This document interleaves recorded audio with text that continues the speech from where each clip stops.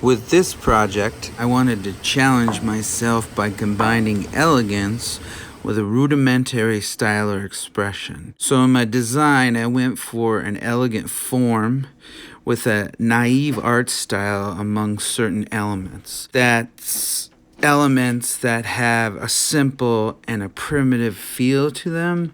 And I also decided to add a floating element to the design, which is really easy to achieve using wood and resin. I'm going to add a glass tube for fresh flowers and plants, which I purchased these from Craft Supply USA online.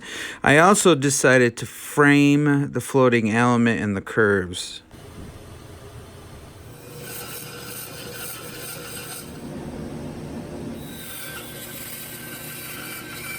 And like a large pen blank, I made a mark to orient the pieces later and the grain, along with using my oscillating spindle sander for the curves and my random orbital sander for the flat surfaces, which was tough because of it being end grain and it took me a while. But I did finish and I ended up going to 400 grit on all the surfaces. Now with high temperature hot glue and some corrugated plastic board, I constructed a mold for my Royal Palm epoxy resin with enough room to leave 1/2-inch spaces. So I went with an aqua blue color based on the wave pattern, and I wanted it to be transparent.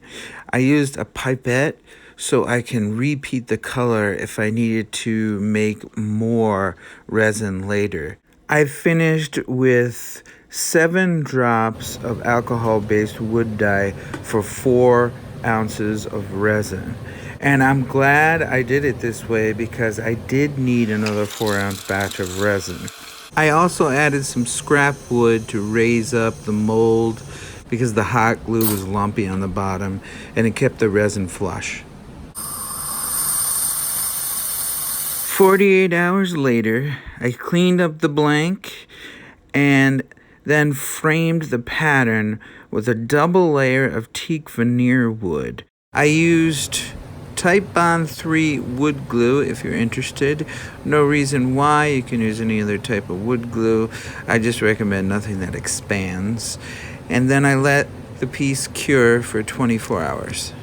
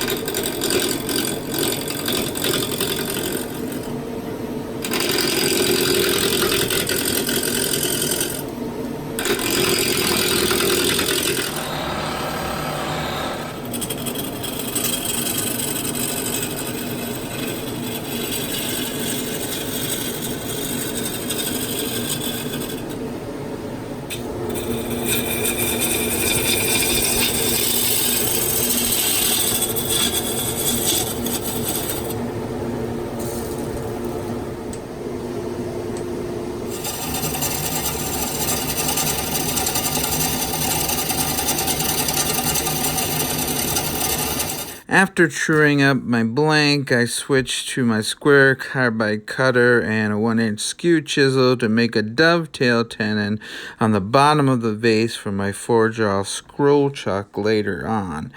Then I moved over to my large round carbide cutter. Now comes the part of wood turning that I really enjoy. And I don't believe I've ever mentioned this in my previous videos, but this is the aspect of wood turning that I enjoy the most. I like all aspects of wood turning, but this is my favorite, where I can actually create the piece, where the piece actually comes to life and it has its feel, it communicates to me, and it has a relationship with the wood grain and its form.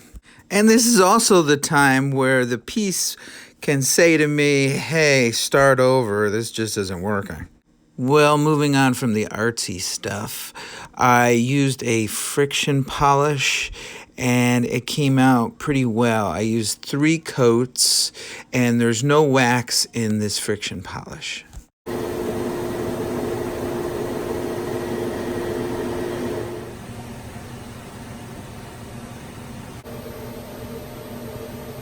For the next part, I'm going to drill a 1-inch diameter hole 6 inches deep for the glass tube insert. Here's a few tips to help with boring problematic deep holes. Sometimes I'll add beeswax on the bit, that helps. I'll periodically extract the bit to remove any dust, shavings, and reduce the heat buildup. And I'll also sometimes use a smaller diameter bit first, then a larger bit. And I'll sometimes clean out the dust. This camera angler reminds me of a pirate cannon. Fire 1. Fire 2. You sunk my battleship. So you can either use a bit, or you can skip this part, or you can use a lathe tool. I just used a parting tool to make a slight recess for the glass rim. And this is probably my preferred method.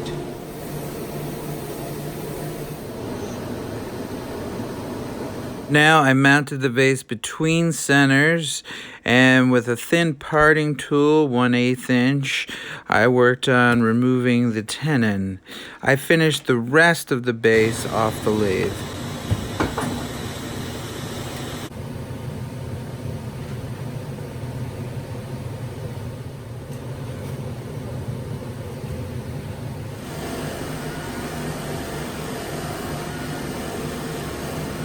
Well, this didn't come out exactly how I anticipated it would, but nonetheless, I really like it.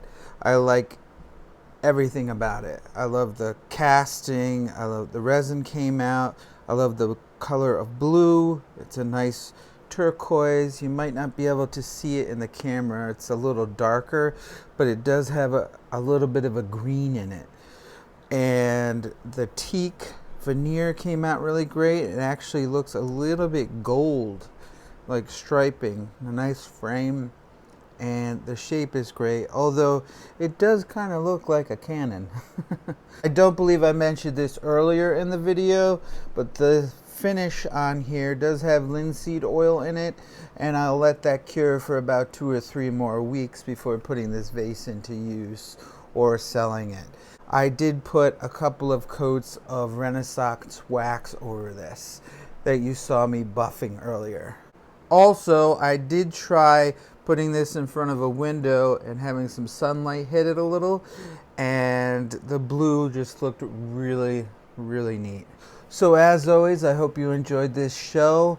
You stay safe in your shop at all times. Take care, and thank you.